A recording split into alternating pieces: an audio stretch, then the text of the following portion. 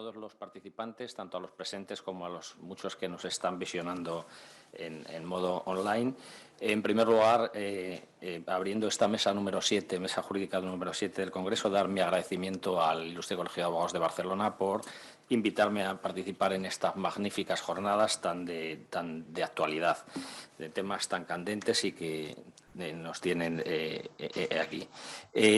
Trata esta mesa de uno de los documentos principales de este procedimiento, en aquellos en los que sea preciso, según lo que aquí hemos estado tratando estos días, que es concretamente los retos y propuestas sobre el plan de pagos como mecanismo de solución a la insolvencia.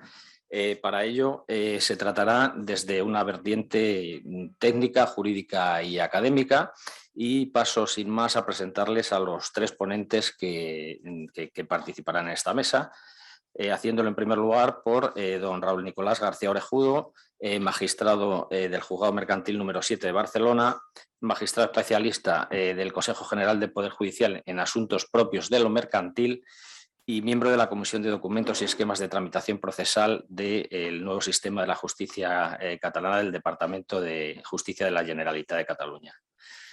También nos acompaña, que lo hará de forma online, don Fernando Santiso Vázquez, que es letrado de la Administración de Justicia, concretamente el Juzgado Mercantil número 1 de La Coruña, con una amplia experiencia en el ámbito mercantil y de insolvencia y concursal.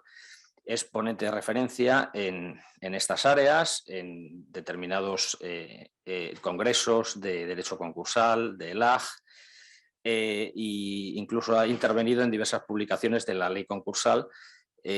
Concretamente ha publicado recientemente un libro llamado Conclusión, Archivo y Redención de Deudas, Guía Práctica y Formularios de la Ley 57.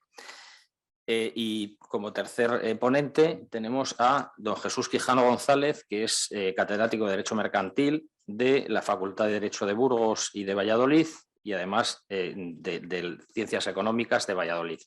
Es autor de diversas publicaciones. Ha publicado, según su currículum, más de 100 libros, o sea, es una verdadera autoridad en la materia. Es miembro del Consejo de Fundadores de la revista de Derecho Mercantil, director de la Cátedra de Empresa Familiar y un sinfín de cargos más. Entre ellos destaco que ha sido también miembro del Consejo Consultivo y diputado parlamentario en las Cortes de Castilla y León y en el Congreso de los Diputados durante algún periodo. Sin más, cedo la palabra a la moderadora, María Elisa Escolar, para que dirija el debate. Muchas gracias, Ángel. Ahora sí se me oye. Muchas gracias. Buen día, buenos días a todos. En primer lugar, disculpar a Cristina Jiménez. Le hubiera encantado estar aquí con todos nosotros, pero un viaje en el extranjero le ha impedido incluso entrar online. O sea que, pero bueno, espero estar a la altura como sustituta de Cristina Jiménez. Bien, como ha dicho Ángel, es un tema, el del plan de pagos, muy importante, porque en el día a día nos da muchos problemas. Se va a explicar lo que está hoy en día vigente y que se está aplicando con sus problemas prácticos en la práctica, y don Jesús nos explicará lo que nos viene encima si es que al final se acaba aprobando este anteproyecto. Y ya sin más preámbulo, el primero que tomará la palabra es el magistrado don Raúl García Orejudo, que nos explicará el plan de pagos tal como está previsto en el texto refundido de la ley concursal. Muchas gracias. Adelante.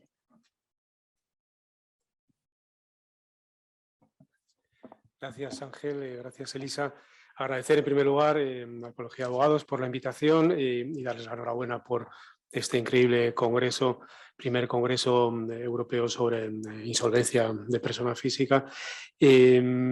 Mientras ayer preparaba o repasaba las notas que tenía para hablar sobre el plan de pagos y la importancia que puede tener la reestructuración de deudas de las personas físicas, recibí de mis funcionarios o del personal de mi juzgado 2 solicitudes para que resolviera sobre planes de pagos, ¿no? Ya que estaban para resolver en el marco de la exoneración. Uno de ellos proponía 5 euros para pagar en un plazo de 5 años. Otro de ellos proponía una cantidad de 100 euros o 120 para pagar, creo que en el mismo plazo. El primero de ellos pagaba, creo que un 10% de la totalidad de la deuda que se exonera en el marco del plan de pagos, creo que era crédito público, y el otro satisfacía el 100% en ese plazo de 5 años. Recibir planes de pagos así ha sido casi uno diario, ha sido la tónica general de los juzgados mercantiles, creo que también del juzgado de primera instancia número 50 en el último año, o los últimos meses o los últimos años. Las estadísticas así lo ponen de manifiesto. Cataluña ha sido el territorio que más insolvencia de personas físicas, más procedimientos concursales ha tramitado. Creo que 2.900 en unas estadísticas que ha pasado el Colegio de Abogados, que es, pues casi duplica al territorio de la Comunidad de Madrid, que sigue en segundo lugar con 1.000, y triplica las restantes zonas. En comparación con Europa, pues estamos muy en la cola, ¿no? En cuanto a número de procedimientos de insolvencia de personas físicas y también generales, también de empresa. Creo que esto puede dar o puede reflejar bien algo que aquí en Barcelona en concreto, pues creo que no hemos hecho mal, que es apostar por la segunda oportunidad, pero no apostar por la segunda oportunidad porque, por razones dogmáticas o por razones de principios éticos, morales o económicos, sino porque considerábamos que era una regulación que en un momento determinado podía solventar una situación económica en la que se encontraban muchas personas. Y por eso, desde el principio, facilitamos en lo procedimental todo lo que podíamos facilitar. En los juzgados mercantiles de Barcelona aprobamos en juntas de jueces criterios favorables a la exoneración en algunos aspectos, tanto procedimentales como de contenido, como de qué créditos podían ser exonerados. Ya creo que es conocido el criterio nuestro en materia de crédito público, también en materia de vivienda habitual y otras cuestiones, como por ejemplo la tramitación de los concursos sin masa, o incluso ya referido al plan de pagos, la posibilidad de que el plan de pagos se pudiera presentar inicialmente junto con la solicitud de exoneración para darle un trámite conjunto. También, no solamente desde los juzgados mercantiles, sino desde otras instituciones se ha facilitado y se ha prestado una especial atención a esta materia en Barcelona, y una de ellas es el Colegio de Abogados de Barcelona, y hay que felicitarles y hay que alabarles que hayan prestado esta atención, y los números y los resultados están ahí y creo que esto es positivo. Vamos a ver cómo se plasma finalmente el anteproyecto para ver cómo evoluciona. Estamos en un momento de transición en el que después de consolidarse una cierta interpretación compleja del artículo 178 bis, hemos pasado a un texto refundido que modificaba algunas cuestiones, tanto procedimentales como de fondo, y en este momento estamos adaptándonos al texto refundido en el que en esta transición acabaremos en un proyecto y en una reforma de la ley concursal para transponer la directiva que necesariamente se va a transponer antes de junio del año que viene. Con lo cual, el momento es particularmente interesante para poner sobre la mesa cuestiones y dudas sobre lo que tenemos ahora, sobre qué es lo que estamos aplicando ahora al texto refundido y sobre la legislación que está siendo proyectada y que tendremos seguramente el año que viene. Respecto del texto refundido, respecto de lo que tenemos en la actualidad, pues no voy a poner encima de la mesa nada nuevo cuando digo que las dificultades son importantes. Tenemos un viejo artículo 178 bis, apartados 6, 7, en particular el 6 y el 8, que son los que regulan esta cuestión, llevados prácticamente de manera idéntica al texto refundido. Si bien es verdad que el texto refundido mejora el aspecto procedimental, permitiendo algo que nosotros ya hace años que veníamos comentando y en algunos casos veníamos aplicando, que es la posibilidad de que desde el inicio el deudor en la solicitud de exoneración acompañe también el plan de pagos, porque esto ahorra tiempo. Y desde luego esto ha sido una mejora en la tramitación procedimental de la exoneración que va acompañada de plan de pagos. Junto a esta mejora, a partir de aquí lo que tenemos son dudas, tenemos una escasa regulación que nos lleva bueno, pues a plantearnos, o nos ha llevado a plantearnos diversas cuestiones, tanto de fondo como de tramitación. Por una parte nos planteamos si, desde luego, qué créditos iban al plan de pagos, qué créditos podían ir al plan de pagos. Esto ya es cuestión, en particular la relativa al crédito público, resuelta en diversas ocasiones y sobre la que no me voy a extender. Pero otra cuestión que ha aflorado en estos años es, y que bueno, pues nos ha exigido ciertas resoluciones, en algunos casos contradictorias, es si en el plan de pagos se permitían quitas. Si presentado el plan de pagos uno podía inicialmente pues decir que sobre la base de los 10 euros que yo puedo aportar, al final de los 5 años yo voy a poder pagar un 10%, un 20% de la deuda que está incluida en el plan de pagos, lo que al final supone una quita, ¿no? Algunos lo negaban y consideraban que bueno, no era posible este planteamiento inicial, de tal manera que obligaba a poner encima de la mesa planes de pagos un poco extraños, en los que bueno, pues se planteaba un pago de 10 euros al mes y en el último mes del 5.º año un pago de 150.000 euros, que por ejemplo es como cifra que quedaba por pagar de lo que no había sido satisfecho cumpliendo el plan de pagos. Esto es verdad que es ciertamente absurdo, no tiene mucha lógica. En realidad, la visión del legislador creemos que era la de tratar de observar durante este plazo de 5 años si el deudor podía estar en disposición de atención a su capacidad económica, a sus recursos disponibles, a sus ingresos y sus gastos, de hacer un esfuerzo económico razonable, ¿no? Durante este periodo. Claro, si el deudor establece una previsión de pagaré en 2 años una cantidad que con quitas va a ser muy inferior a la que debo en el marco de todo el pasivo que debo incluir en el plan de pagos, eso en 2 años termina. No podemos ver en ese plazo de 2 años si este deudor ha hecho el esfuerzo económico que el legislador nos está diciendo que debería de realizar, que es en el plazo de 5 años. Con lo cual esa previsión inicialmente absurda de que bueno, al final del último mes, del último periodo, pongo una cantidad mayor que voy a incumplir, pero de esta manera voy a tratar de encauzar y de dar, creemos que una cierta realidad práctica a la previsión del legislador, que es, bueno, al final de la película, al final de los 5 años, no voy a poder pagar todo, pero se podrá observar vía 178 bis 8, ahora artículo 499 del texto refundido, se podrá observar si el deudor ha hecho ese esfuerzo razonable en atención a su capacidad económica. Porque ahí tenemos un precepto, el 499, el viejo 178 bis 8, todavía me cuesta adaptarme al texto refundido, que nos da el único parámetro objetivo que en realidad tenemos a la hora de valorar el contenido mismo del plan de pagos, que es la tercera de las dificultades con la que bueno, pues tenemos que lidiar en el día a día. No hay parámetros.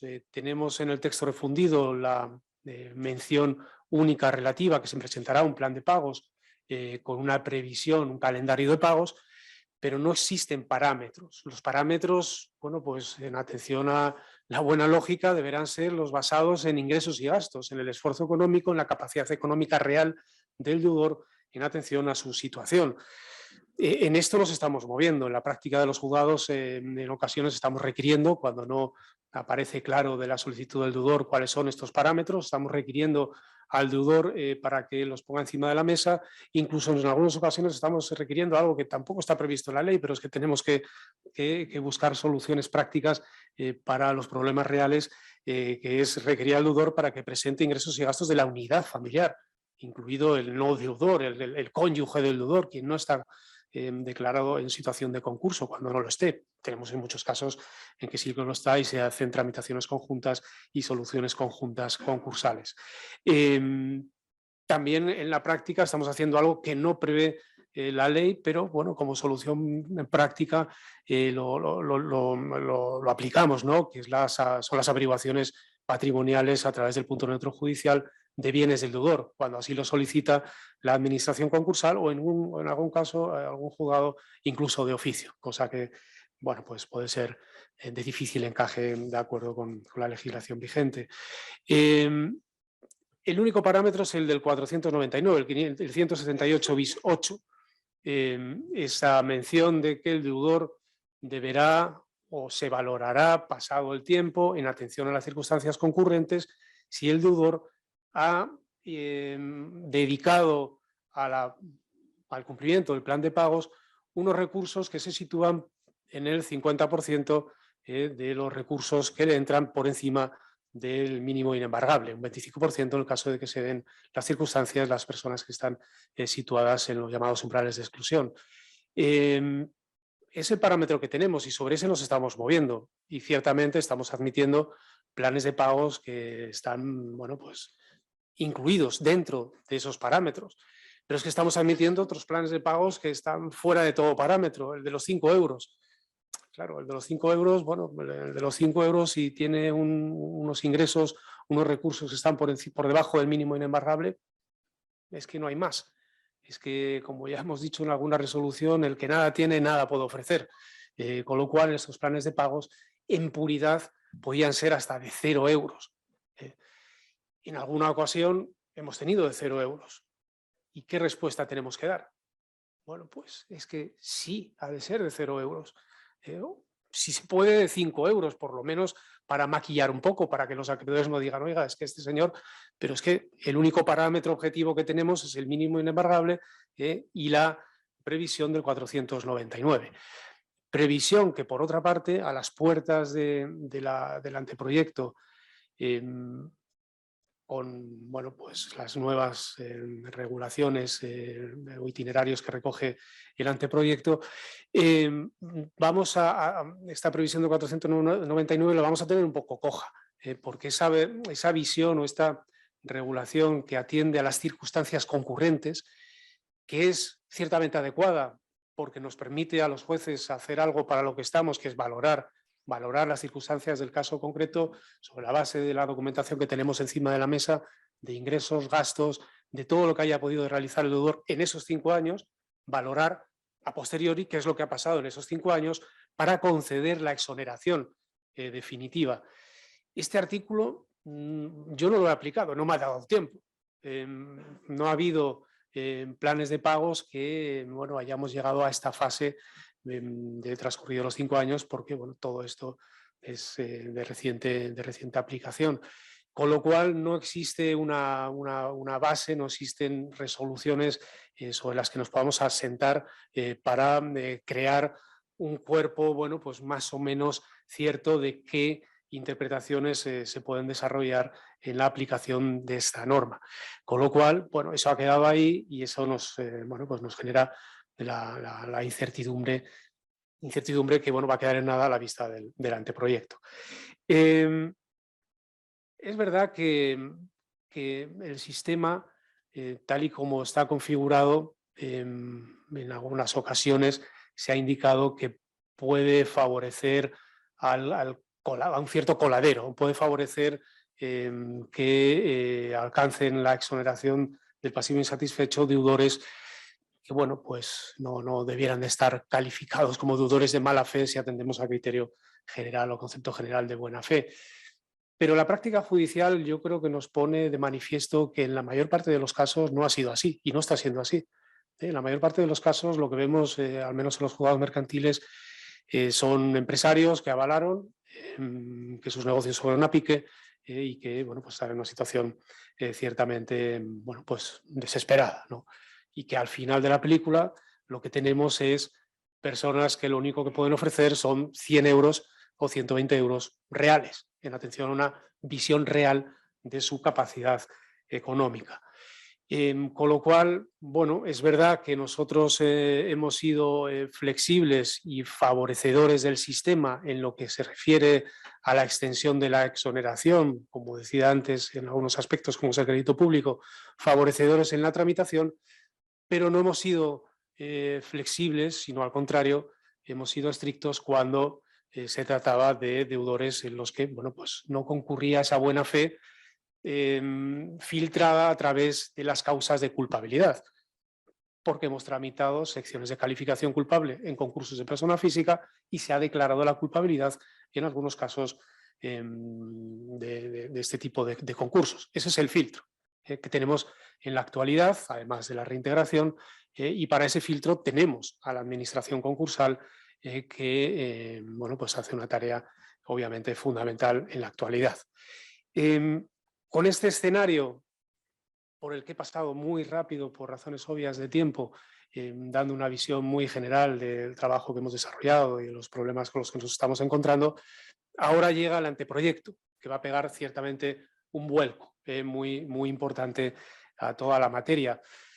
En general, el anteproyecto en materia de exoneración, en mi opinión, creo que está bien.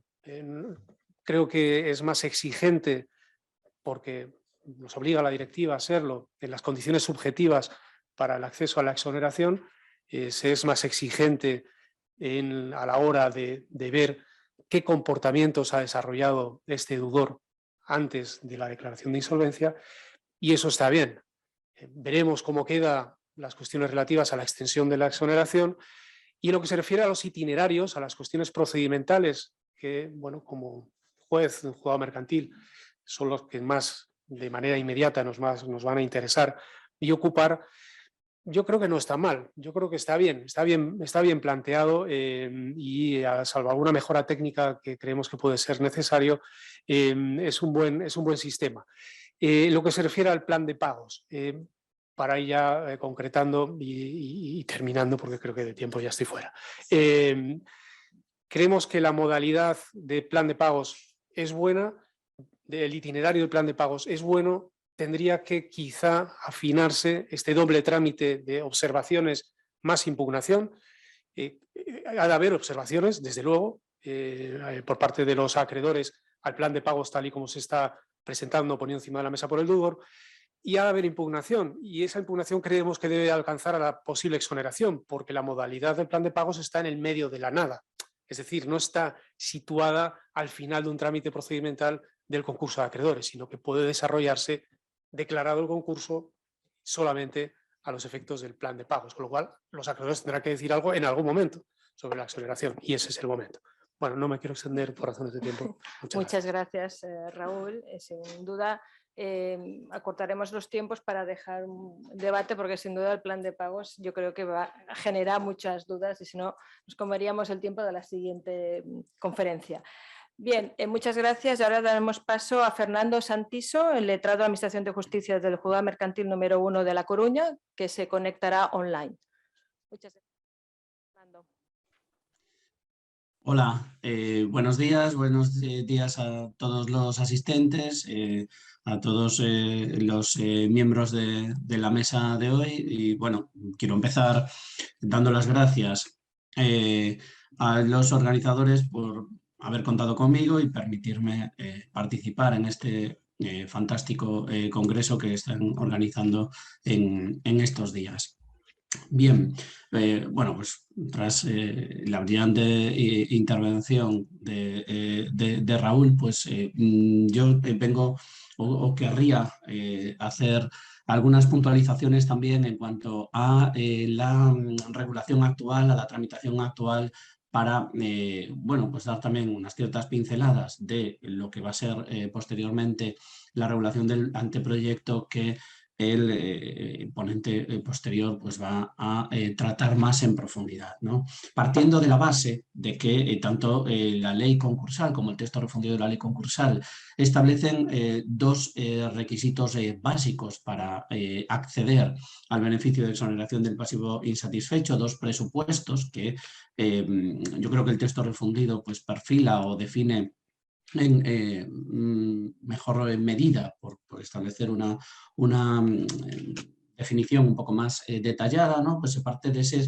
presupuesto objetivo, de ese presupuesto subjetivo, como veíamos como podemos ver por un lado, bueno, pues ese presupuesto objetivo pivota como todos sabemos, sobre el concepto de la buena fe, mientras que el presupuesto objetivo hace referencia a aquellos créditos que deben de ser satisfechos para poder obtener el beneficio. Veremos después algo que también ha apuntado Raúl anteriormente, ¿no? Pues si esos créditos deben realmente ser abonados en su totalidad o existen determinadas excepciones como la del 499 a que se refería, ¿no? Bien, el presupuesto objetivo, digamos que se bifurca, ¿no? En el sentido de si se debe de pagar o no, o se exoneran o no el total de los créditos ordinarios. En ese sentido, bueno, algo que el anteproyecto en principio elimina, como es la necesidad de acogerse a un intento de pues un previo intento de obtener un acuerdo extrajudicial de pagos.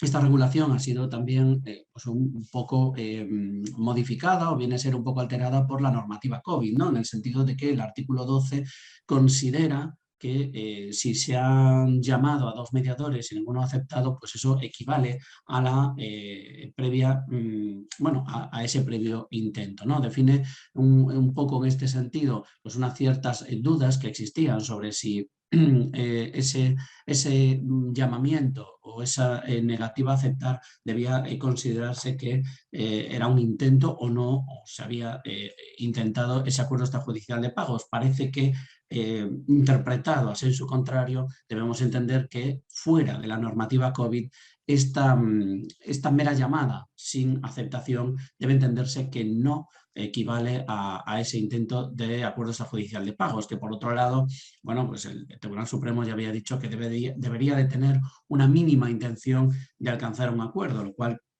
no siempre es fácil, y esta es una de las críticas que se hacía también o que se hace también a la regulación del texto refundido de la ley concursal, en el sentido de que, bueno, pues difícil está, ¿no?, ese intento de alcanzar un acuerdo extrajudicial de pagos a determinados deudores que no tienen mimbres, que no tienen ni siquiera una mínima posibilidad, y lo apuntaba muy bien Raúl, ¿no?, la situación en la que nos llegan muchas veces los concursos y la situación de los deudores hace imposible, pues muchas veces ni siquiera proponer un acuerdo extrajudicial de pagos que pueda parecer desde el punto de vista de los acreedores mínimamente razonable, ¿no? Hablaba él de esos 5 euros, pues menos razonable va a plantearse esa cuestión en el trámite de ese intento de acuerdo extrajudicial de pagos, ¿no? Pero bueno, la regulación actual así lo recoge. Y bueno, pues es la cuestión tal y como la tenemos regulada, ¿no? Con esa excepción, con esa ventana hasta el 31 de diciembre del artículo 12 de la ley 3/2020. Pero bueno, ya centrándonos en lo referente a plan de pagos, bueno, pues lógicamente una vez que no consigue el concursado pues, cumplir con el presupuesto de pago de créditos privilegiados, créditos contra la masa y bueno, pues en su caso el 25% de los créditos ordinarios, pues necesariamente tiene que plantear o presentar este plan de pagos, ¿no? Se agradece esa bifurcación de tramitación con respecto a la ley concursal que hace el texto refundido, y es que, bueno, pues se puede acudir ya directamente al plan de pagos, se puede presentar esa propuesta de plan de pagos con la solicitud de exoneración dentro, como todos sabemos, del plazo de 15 días que bueno, pues concede la ley concursal para alegaciones a la solicitud de conclusión por parte del administrador concursal, y se establecen bueno, pues una serie de requisitos que profundizan en ese concepto de la buena fe por parte del deudor para justificar, bueno, pues esa posibilidad de presentar el plan de pagos, de que se apruebe ese plan de pagos y de dilatar el cumplimiento del presupuesto objetivo a ese momento de 5 años, que por cierto el anteproyecto en principio limita a 3 años, lo cual parece también una buena medida, ¿no? En ese sentido, el plan de pagos debe de contener pues, un informe detallado de cuáles son los créditos que se deben de pagar, cómo se va a proceder a ese pago y bueno, pues cuáles son esos ingresos que va a destinar el deudor al pago de esos créditos que en principio resultan impagados y que se van a ir abonando a lo largo de ese plazo máximo de 5 años. Bien. Lógicamente, bueno, la tramitación en principio es sencilla, quizá se le puede achacar al texto refundido, ¿no? A la regulación actual, el hecho de que, bueno, pues no solo se establece una diferencia no solo se establece una diferencia en cuanto a la obtención de la exoneración en el caso de que exista o no exista plan de pagos, sino también en la tramitación, ¿no? Bueno, podría justificarse en el hecho de que la consecución de la exoneración definitiva sin necesidad de plan de pagos, bueno, pues como que lleva un camino más rápido, ¿no? Más directo, y por eso se da simplemente un traslado de 5 días, mientras que en el plan de pagos, pues requiere ese estudio del plan de pagos, parece que en principio requiere no solo el estudio de las circunstancias o de los presupuestos para obtener la exoneración, sino también respecto del plan de pagos en sí mismo, ¿no? Pero bueno, es verdad que este tipo de bifurcaciones en cuanto a plazos, en cuanto a trámites, pues muchas veces genera esa, bueno, pues, esa falta de claridad, ¿no? Cuando todos tenemos los plazos en la cabeza, pues todo va mucho más rodado y quizá no estaría de más proceder también a la uniformidad en cuanto a esa tramitación, sin perjuicio también de la distinción, también apuntada por Raúl en ese sentido, entre la oposición propiamente dicha a la concesión del beneficio, sigue los trámites del incidente concursal, las alegaciones propiamente dichas al plan de pagos, que simplemente generan unas alegaciones de forma semejante al plan de liquidación, podemos hacer esa equiparación y con esas alegaciones resuelve el juez del concurso de forma definitiva, ¿no? Por tanto, oposición a la concesión del beneficio vía incidente concursal, alegaciones al plan de pagos simplemente se resuelve en la resolución que acuerda o no la exoneración provisional. Como todos sabemos, la exoneración definitiva viene después, una vez acreditado el cumplimiento. Bueno, genera dudas también desde el punto de vista material el hecho de si la cuestión apuntada anteriormente, ¿no? del artículo 499.2 del texto refundido de la ley concursal, es decir, el hecho de si el deudor va a destinar o no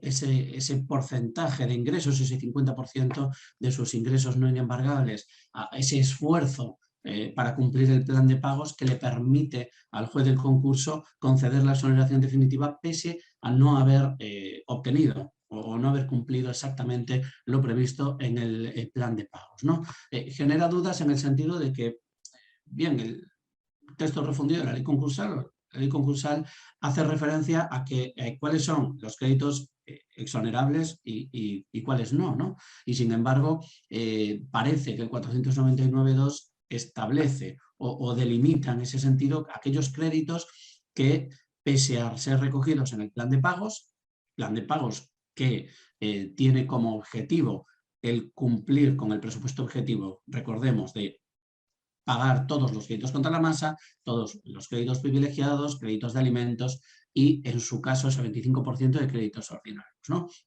Bien, pues en el caso de que no se haya conseguido cumplir ese plan de pagos, ¿hasta dónde puede llegar esa exoneración, ¿no? Había unas ciertas dudas entre la doctrina, entre la jurisprudencia, sobre si podían ser exonerados o podían quedar sin abonar, pues, créditos como los créditos contra la masa, los créditos privilegiados, etc.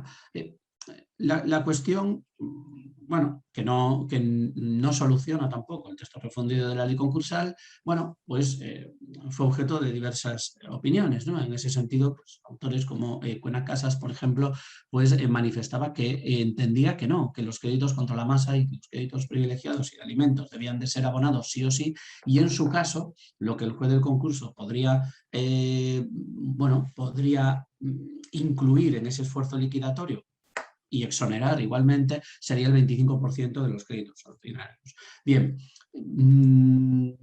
yo entiendo que esta es una visión demasiado restrictiva en el sentido de que ese 499.2, en todo caso, aplicando ese criterio, eliminaría la posibilidad de aplicar el precepto a aquellos casos en los que el deudor sí ha intentado un acuerdo previo, ha intentado un acuerdo extrajudicial de pagos, pues en ese caso ya se le exoneran todos los créditos ordinarios, con lo cual este precepto no tendría aplicación a un deudor de ese tipo, ¿no? Entonces, entiendo yo que dado que el precepto no establece ninguna excepcionalidad en cuanto al tipo de o a la cantidad de créditos, pues debe entenderse en un sentido amplio para entender que lo que debe apreciar en este caso el juez del concurso es el esfuerzo por cumplir el plan de pagos, el criterio objetivo de haber aplicado esos ingresos y de haberlo hecho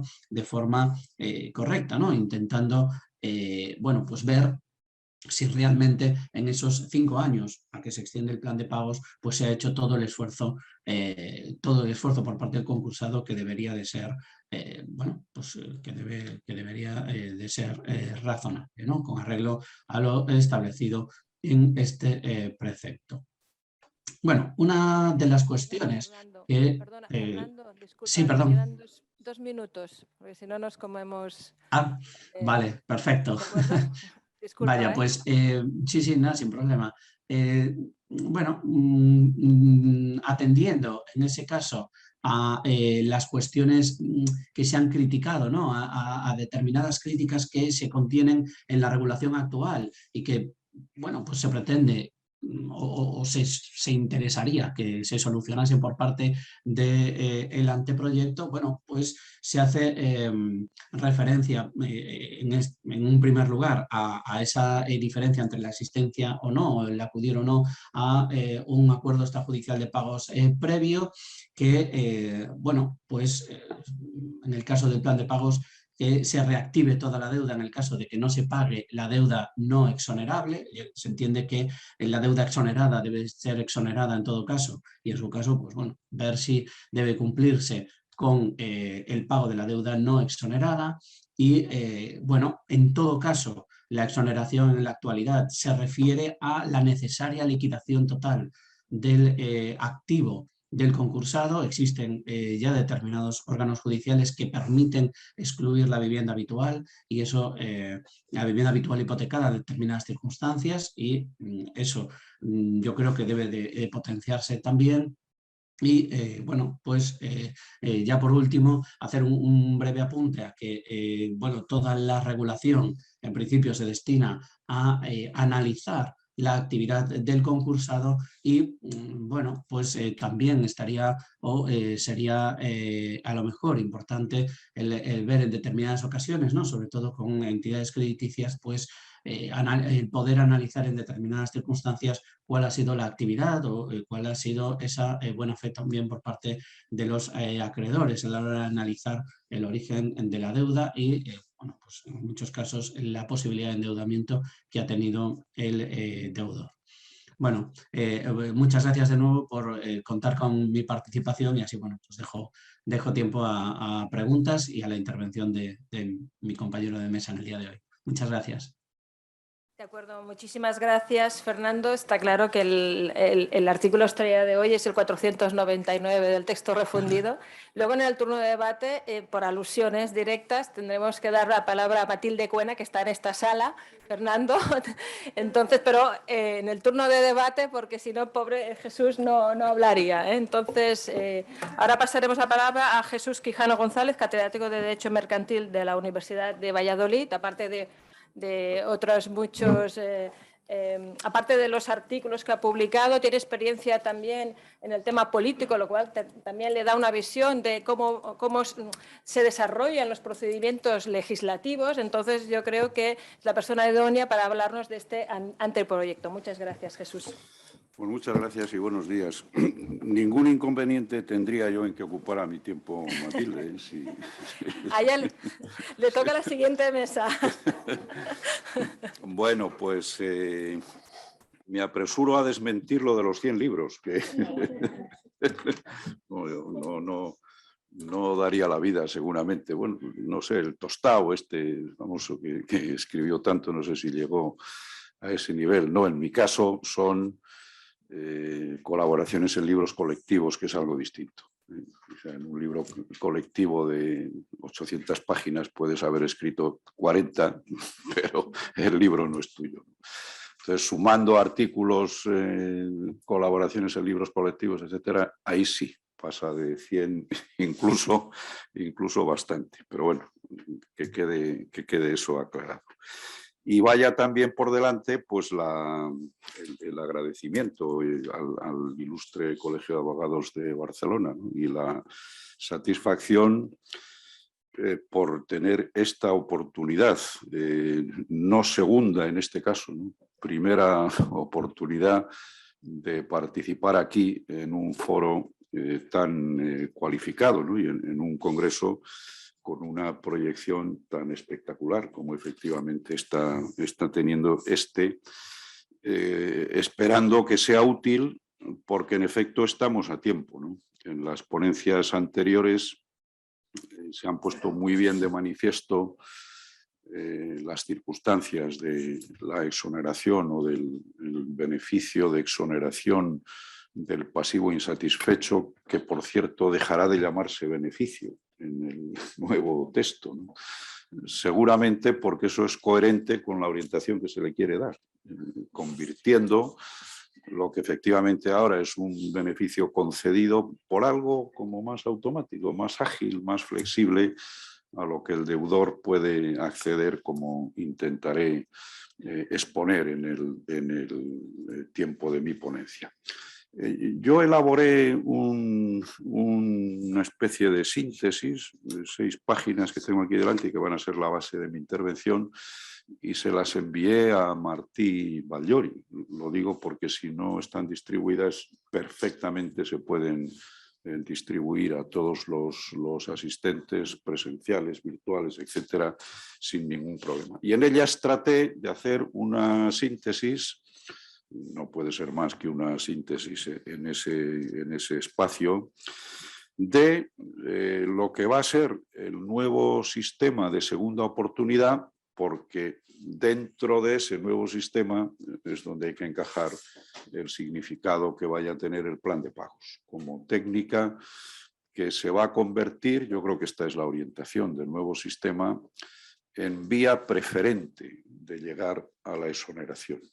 Actualmente, aunque lo haya sido en muchos casos, pero en el texto vigente, así estaba en la ley concursal reformada en su momento y en el texto refundido, el plan de pagos era como una especie de vía subsidiaria, si no se había podido, y así lo enfocaba la ley, ¿no? Si no se había podido llegar por la vía ordinaria previa de haber pagado lo que correspondía, ese mínimo no exonerable que marca el sistema actual. Bueno, esto cambia con el nuevo modelo y yo creo que cambia para bien. Entonces voy a tratar de hacer primero una síntesis casi en modo telegráfico de lo que me parece a mí que va a caracterizar el sistema de segunda oportunidad después de la reforma, si la reforma prospera en los términos en que está el anteproyecto. Eso habrá que verlo. Incluso ya, aprovecho para decirlo, no se fíen de todos los textos que se han publicado del anteproyecto. Si ven, hay uno que tiene arriba membrete de Ministerio de Justicia y hay otro que tiene membrete de Ministerio de Justicia y Ministerio de Economía. Fíjense más de este que del otro, por razones obvias. Además, yo conozco bien por esa experiencia política que antes se refería en mi vida anterior, que efectivamente de la cual ha transcurrido ya un cierto tiempo. Bueno, pues el nuevo régimen de la exoneración en el nuevo sistema obedece a estas características. Algunas de ellas han sido ya a lo largo de ponencias anteriores, incluso en sesiones del día de ayer, puestas de manifiesto, y por eso me limito a enunciarlas, simplemente por tener ese marco y aterrizar de inmediato en el plan de pagos. Desde luego, quede clara una cosa, que a la segunda oportunidad solo se puede llegar desde el concurso. Lo digo porque uno lee el texto y se le plantea la duda, ¿no? Luego, cuando va viendo cómo se regula, está partiendo de la base de que es un deudor concursado. No hay otra forma. Claro, eso me plantea ya una primera pregunta. ¿No sería bueno pensar en alguna vía de llegada a la exoneración, a la segunda oportunidad, que funcionara en fase preconcursal para los deudores que luego pueden llegar a la exoneración y por tanto que no fuera necesario desarrollar un concurso previamente? Hombre, se dirá, si ahora no va a ser necesario pasar por la liquidación para llegar a la exoneración por un plan de pagos ajeno a la liquidación, porque va a ser la vía preferente, quizá no es tan necesario esto que digo, pero no está de más el plantear. Yo creo que es que hay veces que lo mismo que otros deudores pueden acogerse a una vía que les garantice una cierta continuidad en su actividad sin llegar al concurso, aprovechando los instrumentos preconcursales, que se pudiera llegar también a la exoneración desde una fase preconcursal de proximidad a la insolvencia, bien objetivada, sin necesidad de que estuviera ya el deudor en situación de insolvencia actual o inminente y hubiera solicitado, o se hubiera producido, aunque él no lo hubiera solicitado, la declaración del concurso. Así lo planteo. Me parece bien, en todo caso, que a la segunda oportunidad pueda llegar cualquier deudor. Lo digo porque en esto también conviene recordar que la directiva, que es el motivo por el que se va a reformar la segunda oportunidad, contempla solo la hipótesis de segunda oportunidad de deudor empresario, no de deudor persona física, consumidor o no empresario.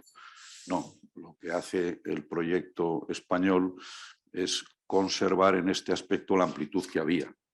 Segunda oportunidad para persona física con independencia de la cualidad del deudor, sea empresario, sea no empresario. Lo único que se le exige en todo caso que esté en insolvencia y en concurso. No vale un sobreendeudamiento de consumidor que no haya dado lugar a una declaración de concurso.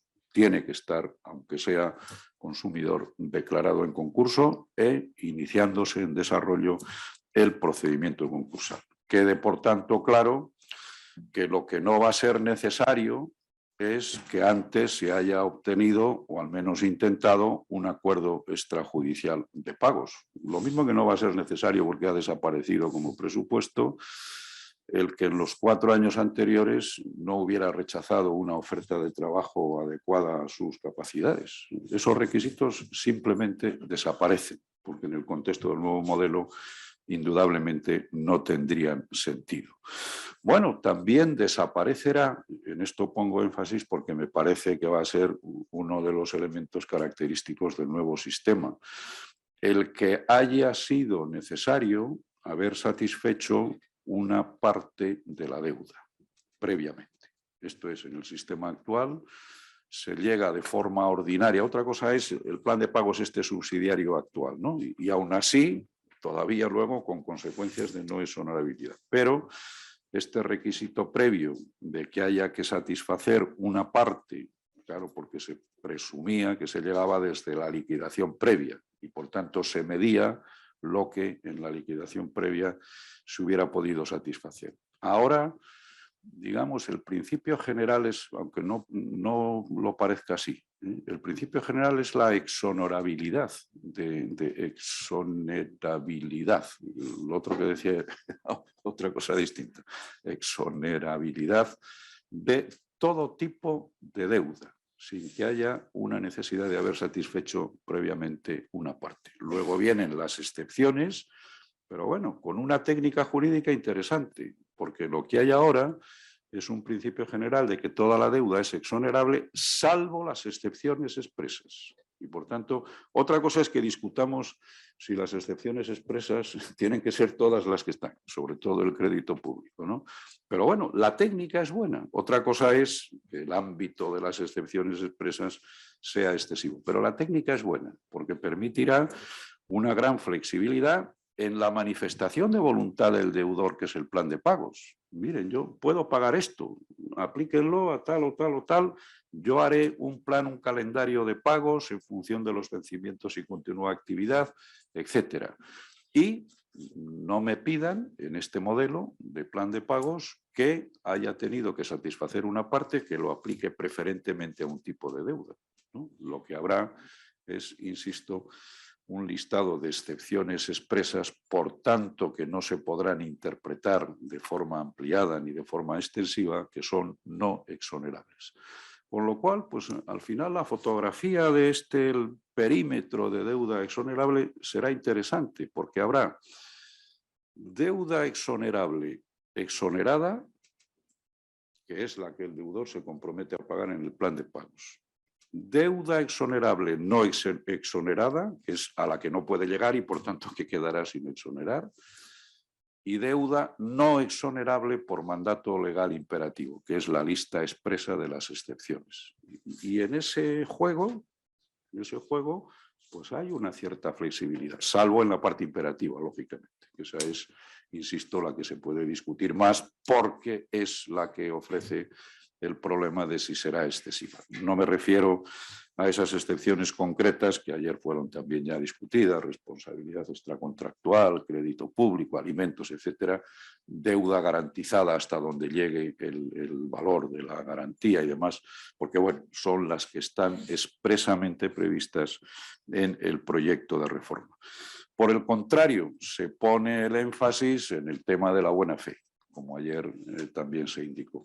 A eso tampoco me refiero porque yo creo que ya fue suficientemente debatido. No me parece mal la idea que expresaba el ponente anterior de medir en algún caso la buena fe de los acreedores también, sobre todo de los que no vayan a quedar exonerados, porque llegaríamos seguramente a conclusiones muy peculiares si tuviéramos en cuenta la buena fe del deudor y la buena fe del acreedor.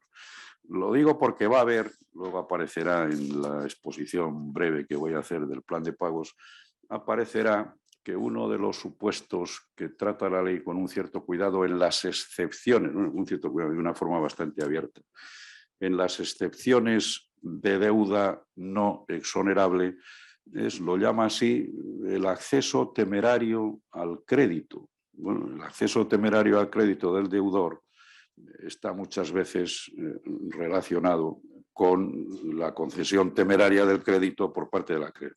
Por eso digo que si pusiéramos en común esas dos cosas, pues seguramente el resultado sería un tanto especial. Bueno, este es un poco el marco en el que nos vamos a mover. Te quedan 2 minutos. Sí, pues añado, porque ya buena parte la he ido introduciendo en ese marco, sobre lo que el plan de pagos va a significar.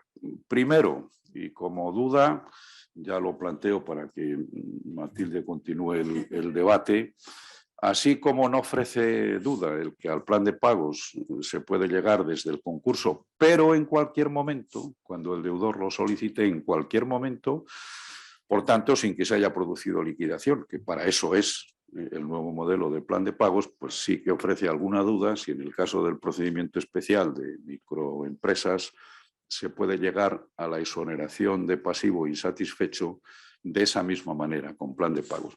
En principio, el texto refundido quiere que sea así, y yo leo el artículo 700, que tengo aquí delante, y dice: en todos los casos de frustración del plan de continuación, digamos, el plan de continuación es el resultado ordinario normal del procedimiento especial. Bueno, pues en todos los casos de frustración del plan de continuación, si el deudor fuere persona física, podrá solicitar la exoneración del pasivo insatisfecho conforme a lo establecido en el capítulo 2 del título 11 del libro primero. Y cuando dice eso, conforme a lo establecido, se entiende que es conforme a cualquiera de las dos vías que luego va a regular, no excluye ninguna de antemano, porque si no diría, no, pero solo por la vía de la liquidación y no del plan de pagos. Pues si lo hace así, el artículo 700, entiendo que la voluntad de la reforma es que sea posible llegar también desde este procedimiento especial. ¿Quizá debe decirlo más claro? Pues seguramente debe decirlo más claro y a tiempo está de clarificarlo, pero si entiendo bien ese artículo 700 no lo excluye. Luego, pues el plan de pagos tiene que tener un contenido preciso, eso sí se le pide, un contenido preciso, puesto que tiene un margen flexible de determinar qué deuda va a quedar en la voluntad del deudor expresada en el plan de pagos, ¿no? Exonerada y no exonerada, se le pide que para la parte que no va a exonerar, sino que va a satisfacer, establezca un calendario preciso y establezca previsiones de vencimiento, cuando haya continuidad de actividad de posibles deudas futuras. Ahora, también dice una cosa, la cuantía de los pagos, dice, puede ser determinada o determinable en función de la evolución de los recursos. Subrayo esto porque me parece un aspecto interesante. Yo te iba a cortar ahora, pero como me parecía muy interesante, interesantísimo para digamos, la configuración del plan de pagos en el futuro. Y termino.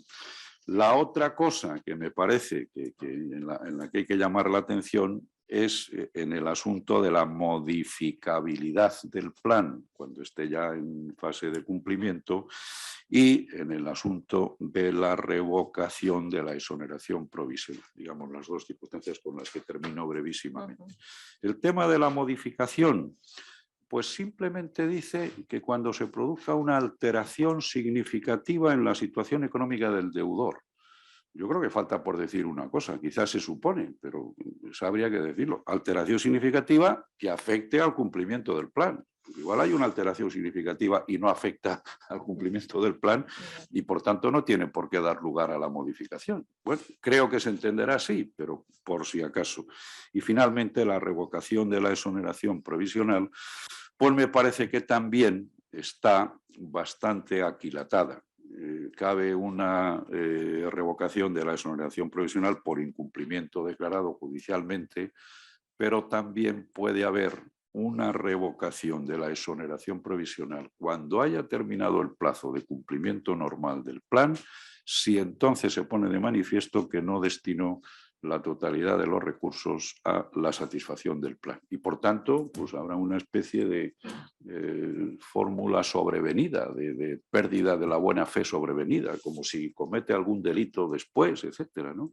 Esto de la buena fe que tiene tanta importancia opera en la concesión, pero opera también para la exoneración. Cabrá también la exoneración especial en caso de incumplimiento, solo que ahora dejará de estar vinculada en última instancia a ese decreto ley de 2012, el del riesgo de exclusión, porque ahora ya se dice que la exoneración definitiva en todo caso tendrá lugar incluso en incumplimiento por situaciones de accidente o enfermedad, dice literalmente, o por acontecimientos graves o imprevisibles que afecten al deudor o a su entorno familiar. Con eso termino, porque luego está la otra vía de exoneración, que es la de la liquidación, o pues, con liquidación, pero esa es la alternativa al plan de pagos y por tanto esa pues, no toca en este contexto.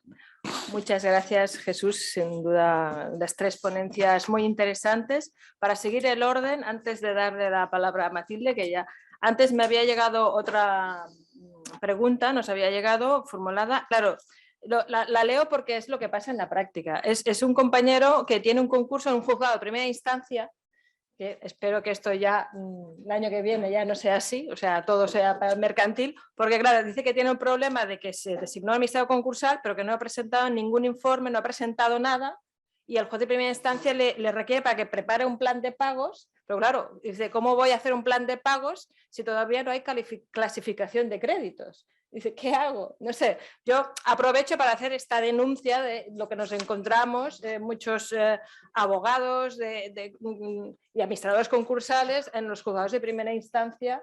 Bueno, en este caso es el administrador concursal que no está cumpliendo con su deber, que aquí sí que tendría que haber una responsabilidad por parte de este administrador concursal, pero en estos casos pregunta ¿cómo puedo proceder? Entonces, bueno, si es el administrador concursal que no está cumpliendo sus deberes, claro, ponerlo de manifiesto en el juzgado para que dado traslado oportuno separen y que decirle, ¿no? Pero claro, el mismo deudor no puede clasificar sus propios. Bien, por alusiones, Matilde Cuena. ¿Tenéis micro?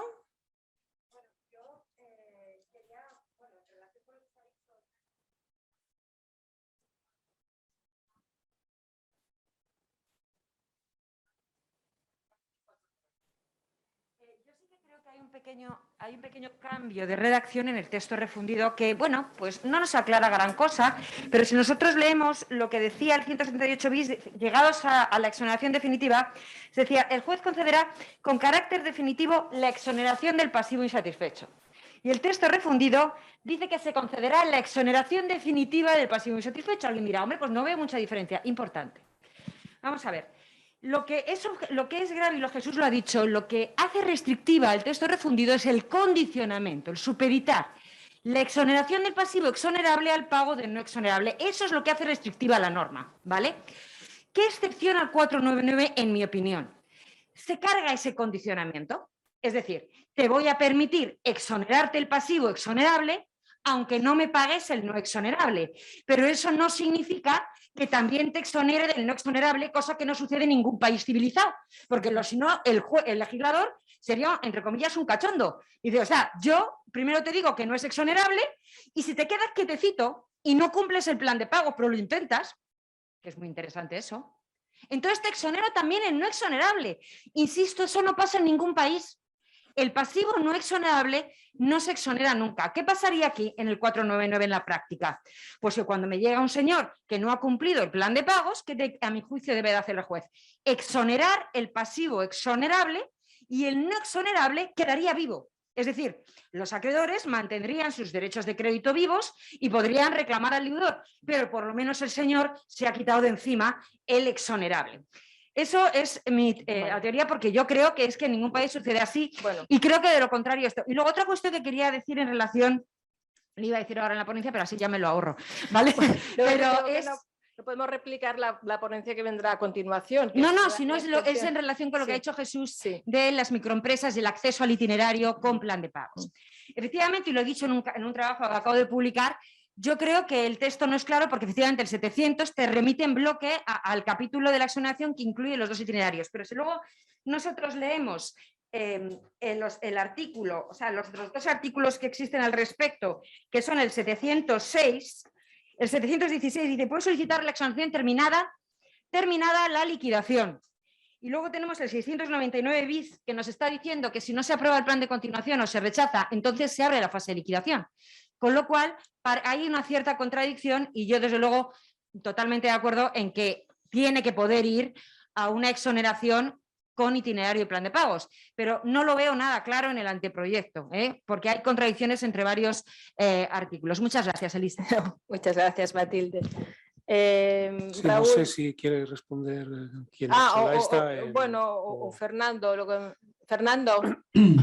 No, bien, yo entiendo a Matilde en ese caso. Yo creo que es verdad que a veces no se asemeja a lo que pasa en otros países, ¿no? Es verdad, idea, por lógicamente, lado, el cambio del orden de una palabra puede dar lugar a ríos de tinta, ¿no? Y eso está claro. Pero es verdad que esta cuestión no se ha planteado nunca. No ha sido una cuestión que los incidentes concursales que hemos resuelto generalmente por Agencia Tributaria y Tesorería se haya puesto encima de la mesa. Esa no era la cuestión era si estaba todo el crédito público o no dentro de esa categoría.